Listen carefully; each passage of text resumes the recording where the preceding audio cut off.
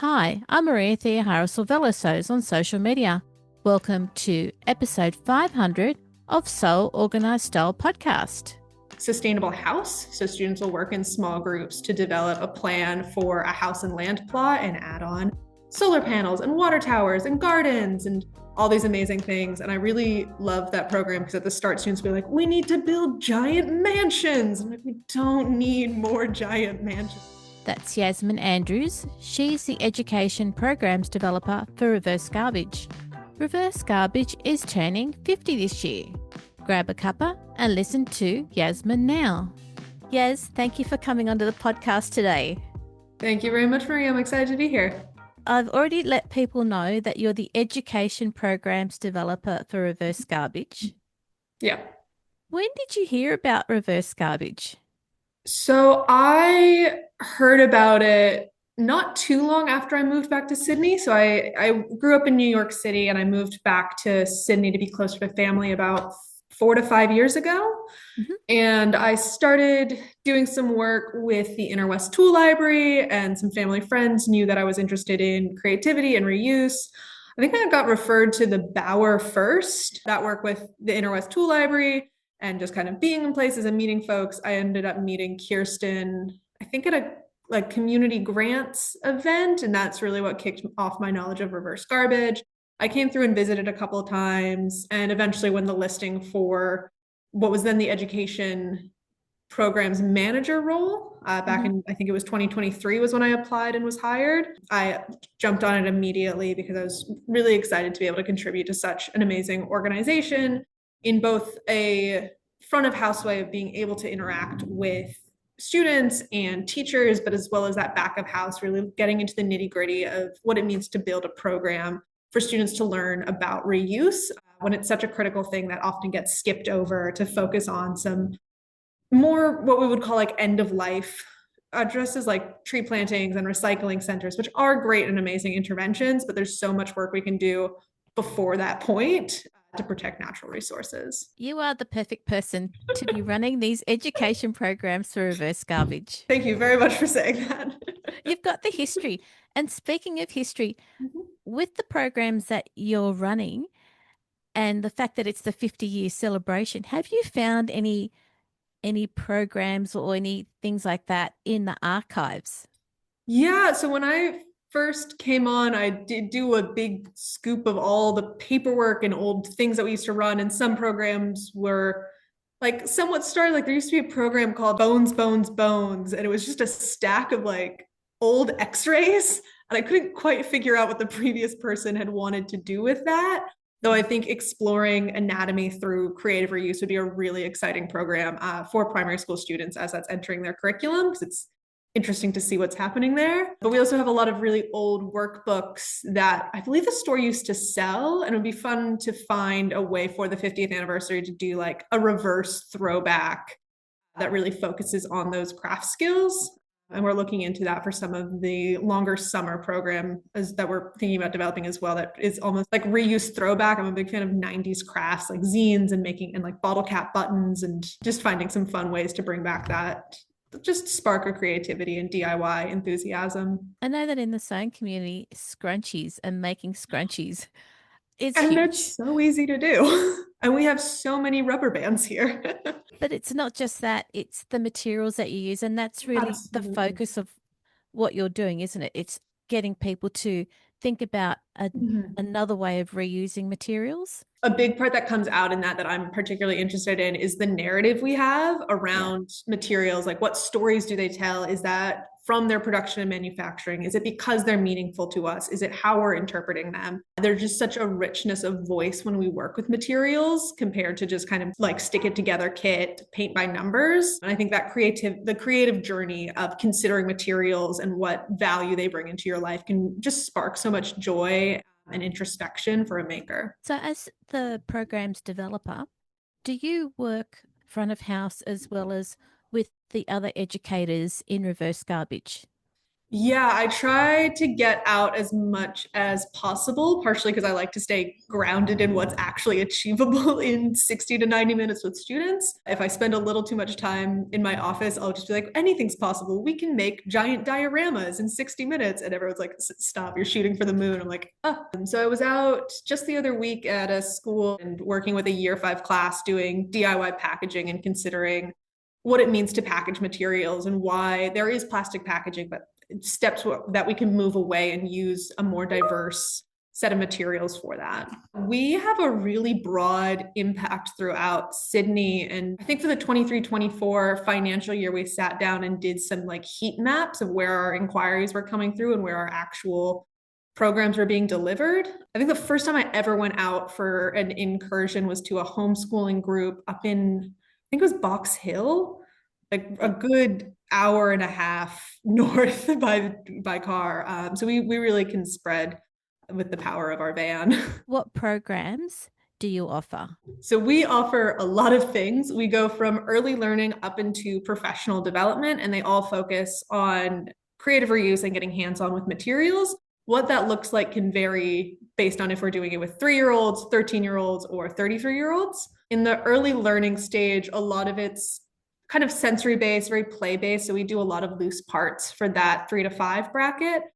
We absolutely love loose parts play here. It's so exciting to see how different groups, different students will all use the same materials, how it looks like at an early learning center versus at a community festival. There was a session that I went out on and it was looking like a big one. So I threw, I think it was 10 moving boxes into the van just so we had some extra stuff in there and folded them all up.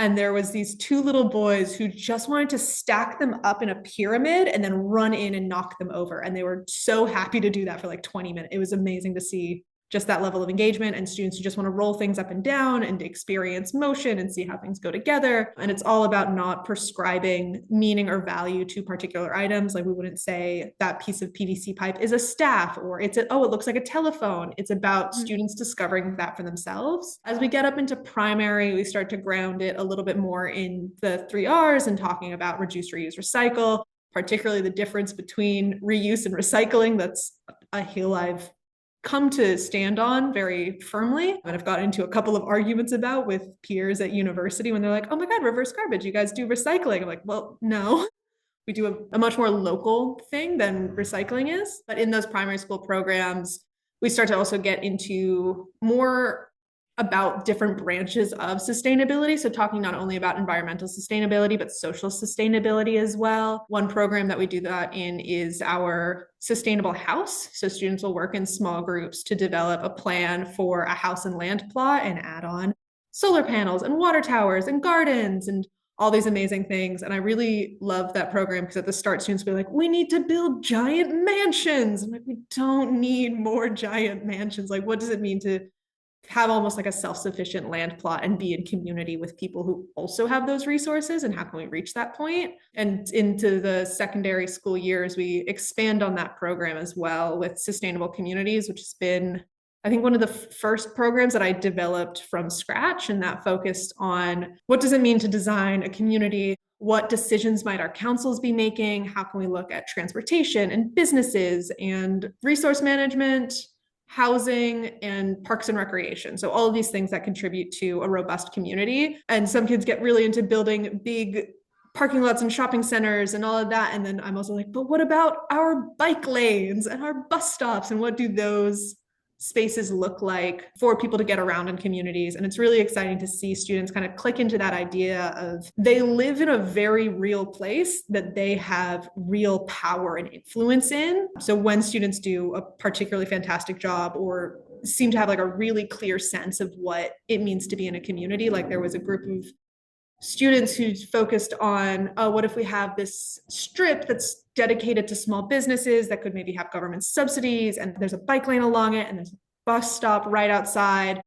And I was like, you guys should just go talk to your local council, because they were also talking about how the car pickups in their area and how it's not a very walkable space because there's so much road development and it's not safe for students to walk around. I'm like, just bring these ideas to your council, like rally other students behind you, because maybe it won't radically change your city planning for next year, but it begins that seed of change is needed, and also that seed in themselves that they are strong and have a voice and have like very real opinions that are meaningful, Mm. to an advisory body that kind of feels like it's just off in some big building somewhere making decisions. Because this is the environment that they live in every Yeah. day, and it's got to be an environment that is worthwhile for everybody and sustainable. I have a lot of feelings about cars and their place in society. And I think in some ways, like it is important to have vehicles. We need a vehicle to do our work. But I think a lot of that independent ridership is a bit sad to see sometimes. And there's this old advert that was actually done. It was either a car company or a gas company where they had people standing on roads as if they were in a vehicle, but like the vehicle wasn't there. And you could just see how much space like single occupancy vehicles take up on our roads. And then you think about the impact of buses, or in the US, we were seeing a lot of the like bike brigades of students gathering up in the morning to bike to school together. And just that as a social intervention, as a health intervention, as a community intervention to really bring people together is so amazing to see. And that just fostering that spark of like joy and even hope in students that is a reality that's possible, that they have the ability to make possible, and knowing that our community has the kind of like bike to school day that, so it's exciting to see that there is energy for that, and like how do we rally more people behind that to really push for a future that's not only environmentally sustainable but also socially and economically sustainable when we are in it together, rather than kind of like isolated, just having to deal with our own daily realities. That spins out a little bit far of like what we teach quite practically in our classes, but it's like, how do we sow that little seed of like, you can shape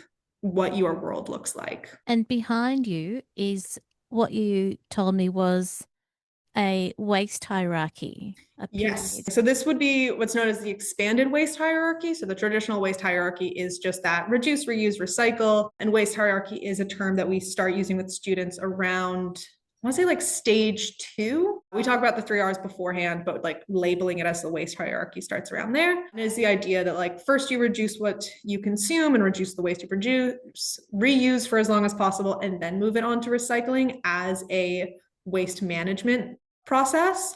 And in the expanded waste hierarchy, which was developed by Charitable Reuse Australia, we still have reduce and reuse up the top, but then we have repair and refurbish. Being able to name specific ways that we reuse things, I think it really helps people understand that it is a very natural and innate process that we engage in. I'm a big believer in language and having the language like talk about things practically. What does it mean to repair a shirt? Is that popping back on a button? Is it sewing up a side seam that is ripped? Refurbishing, how do we change or reimagine items? And then finally, we have recycle and recover, and those are now in an orange red color to indicate that they are a waste management that is now past user life. And then right down the bottom, there is landfill. And I really enjoy that landfill is a part of this hierarchy because it acknowledges that ultimately things will end up in landfill, but everything above that point helps mitigate the volume that ends up there. And even in shopping centres now, Mm-hmm. I've noticed that where the bins are, they'll have two bins. They'll have a recycle bin and then they'll also have a landfill bin. And it stops you before you, like, just reading that Yeah. stops you from and you've got to make that decision. What do you do? How are you Yeah. going to get rid of it? Labeling of bins has been a really interesting development, and I'm currently a student at the University of Sydney, and they just did a big redesign of their bins in a way that I like, they weren't announcing that it was happening, though it had definitely been in development. And there's all these like A3 posters on the bin that label like what can go in what bin, and also initiatives the university has. Like there's a composting initiative, so we now have an organics waste bin and they have to label like what can actually go in there. But even on the recycling bin, once again affirming you cannot put coffee cups in a recycling bin, those have to go into a landfill. And I think that signage is really useful because people will often see a coffee cup and it does sometimes say like biocompostable, fully recyclable, and people think that it can therefore go in that bin. But for some reason, the infrastructure we have doesn't quite line up with what businesses are selling in that regard. Repair and reuse are some of the values and Mhm. actions that a lot of people in the sewing community love to explore. Yes. Yeah. Yes, I think our textile artists are some of the best reusers and repairers out there because I think it's very innate to the craft in caring for materials in that way and pulling out that longevity. It's a lot of creativity in there to work with the textile materials in that way to repair them. Particularly, we have sashiko repair coming up here, and we have like a textile floral applique process and just the ways in which you can reimagine garments into either a new garment or like a wonderful little accoutrement. It's a area that's so rife with creativity and possibility for that reuse and repair dynamic. What do you hear people say about the workshops at Reverse Garbage? We got a lot of positive feedback, which is really exciting to see. I wrote down some of the words that we get a lot. So we get a lot about the impact that it has on students, the way that they can now understand the scope of these problems. One of my favorite facts to lead with for students of all ages is in the most recent annual waste report, it was found that Australia produces 75.8 megatons of landfill waste, which is equivalent to 471 Sydney opera houses. And we do a kind of like imagination exercise of like, can we all picture the Sydney Opera House and how heavy that must be?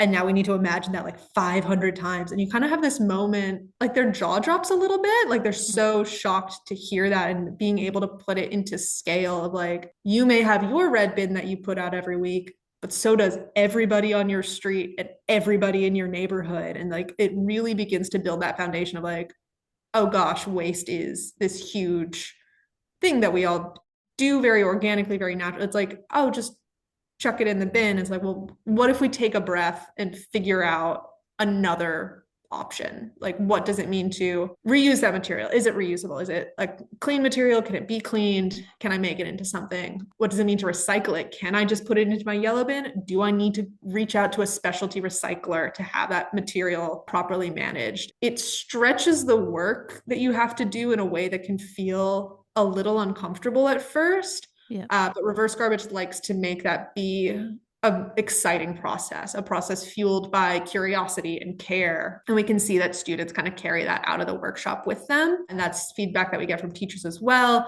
as the engagement that students have. We'll come in and teachers will be like, oh my God, this is the most engaged they've ever been. It's encouragement programming is kind of tricky because we're a fun, exciting thing that's come into the school. We're like a break from the regular schedule. So students are always a little bit like, ooh, very high energy. And teachers like, wow, you guys really get them engaged and they're like super focused and they make these amazing models. I love to hear engagement. It's, okay, we're hitting the mark. People care about what we're doing. And there's also a funny thing that teachers will do where they're like, oh my God, this is just like what I used to do when I was a kid. A lot of teachers will pull me aside in the middle of teaching to tell me about a project that they once worked on or the value it had when they were an adolescent. I'm like, yeah.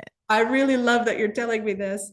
You've got the teacher engaged and the student And the engaged. student, like everyone, we get so much positive feedback about our workshops. And sometimes the feedback that we'll get is also like, we just want more materials to work with. Dual-sided sword there, but it's always exciting when people just want more materials, more time. It's just really exciting. And talking about schools with like how they can set up art club lunch programs, that it is just collect random materials and see what happens. Creative reuse is a really easy intervention that sometimes gets treated as like a very complicated big thing. I'm like, it's just collect your paddle pop sticks and give them a hot water bath and maybe some soap in there and it'll be fine. You got paddle pop sticks now. How do you feel running these workshops for Reverse Garbage?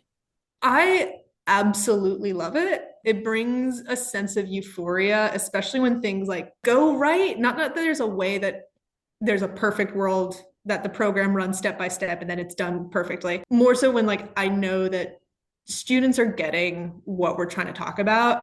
That comes out a lot when I run the Sustainable Communities program. That's also just one that's really close to my heart. But across the board, just being able to sit down and work with a student, even for a couple of minutes, and show them how to connect two pieces of cardboard with a shoelace. And like, I have taught so many kids how to tie a knot, and I don't know if they still know how to tie that very basic like square knot, but just spending the time with them to like sit down and do that and watching them have that sense of achievement and seeing their plan and their goal like come to fruition is so amazing. And I was never much of a public speaker growing up. But for some reason, like being in front of a classroom is one of the most comfortable places in the world for me. I absolutely love chatting with students and being in front of a group of adults talking about the same thing. I'm like much more nervous, but kids just have this like wide-eyed curiosity about it. Even the teenagers, sometimes you're in front of a group of teenagers, you're like, I don't think they care. It's like you just got to keep making it fun, keep making it engaging. I think a lot of students just want to know that the adults in their lives care about their vision and what they want to make. And Reverse is a really great space for us to do that because it's all about like, we care about this one thing. And however you access also caring about this one thing is a win for us. As long as we get you on the creative reuse bandwagon, we're winning today. So we can kind of like play with what that means to have that student join us on this journey. It's a win-win for them and for you, and also for, sorry, three wins for you, Reverse Garbage, and the students and their teachers. So, Yeah. what education programs can we look forward to in the future? I know we're considering some longer summer programs for students, typically done just like a 6 hour day, although that was introduced last January as well. So maybe moving quick, but there's a lot of fun stuff to do when you have multiple days. I really want to do a program about kind of like wild Merrickville and talking with the Cooks River Alliance of like, can we bring a group of students around to kind of tour the area, developing almost like a field guide type project, which is similar to work that I had done back in the US, where students look closely at their environment and we learn about what flora and fauna we have, making like a splice diagram of, you see them in like the old school science textbooks where it's a little snapshot of an ecosystem and there's every plant, bug, and animal in it. Like it's making one of those, I think would be really fun. Engage students with the environment around them would be awesome. Doing some stuff about what recycling actually means would be really fun. An in-school version of that would be like a sorting style game where we can kind of talk meaningfully about what materials are what. People are always fascinated to learn that there are 7 types of plastic and they all have different properties and go to different places. So being able to get kids engaged in like, how do you identify these different types of plastics? And if we need to make a plastic choice, what is a good plastic choice? A bit of a paradoxical statement there, some would say. Still really important information to have. Even talking with students about how they can read the tag on their clothing to understand what materials it's been made out of has been an interesting journey in the last couple of months. Looking more with animals, I really love the natural world. I think it's really fun and it's something that kids are kind of primed to engage with. So looking into like habitats and adaptation and camouflage, and with the materials we have, I know there's a bit of like a fantasy spin on this. If we're still using that same like scientific reasoning and logic, it still supports those more academic learning goals. What would the habitat be of a binder clipped butterfly and why is it suited to that habitat? I think would just be a lot of fun. Sounds like it. Is there anything that we've missed about the role that you play and what you do for Reverse Garbage? So one thing that I work on quite a bit is our public programming as well. It's really great and exciting for schools to come to us, but I also love to consider how we can engage our community at large, particularly the local Inner West community. So we work with a lot of artists who are shoppers with us, who have known about us for a long time, and provide them a space to deliver their own programming. And we can support them in the kind of like marketing of that as well, so they can reach an audience. And that's also a great way to do those longer term kid-centered projects in the summer, just really thinking about how we can bring that creativity and that joy into everyday life, especially for kids who maybe don't want to do Saturday soccer all the time. The public programming here is always really exciting, and seeing new faces come in. People have traveled to come see our public programs, and it's also great to just work with so many artists as well. Oh, that's wonderful. So, if people want to get in contact with Reverse Garbage regarding any of the programs, what should they do? They should email education@reversegarbage.org.au. That is our primary inbox where we field a lot of things, questions about what we do, any like partnerships or big projects that you have in mind. But if you're interested in just having us visit a school, or if you want to do a small private booking of one of the workshops that we do, we have an inquiry form online and you can just fill that out with all your details and we'll let you know if we can make it possible, and we try very hard to make a lot of things possible just because we love to get out in community so much. And it's good you have the vehicle to be able to do that. Sorry, I threw that in. That ed van, it is a lifeline for us to get around. Sometimes we're in the ute. It's always exciting to be out on the road. I've had friends of mine be like, "Oh, I saw the reverse garbage van or the reverse garbage truck today." I'm like, yeah, we're out there and people are noticing us. Yasmin, thank you for being on the podcast for Reverse Garbage. I really loved speaking to you and hearing about all the work that you and everyone there does.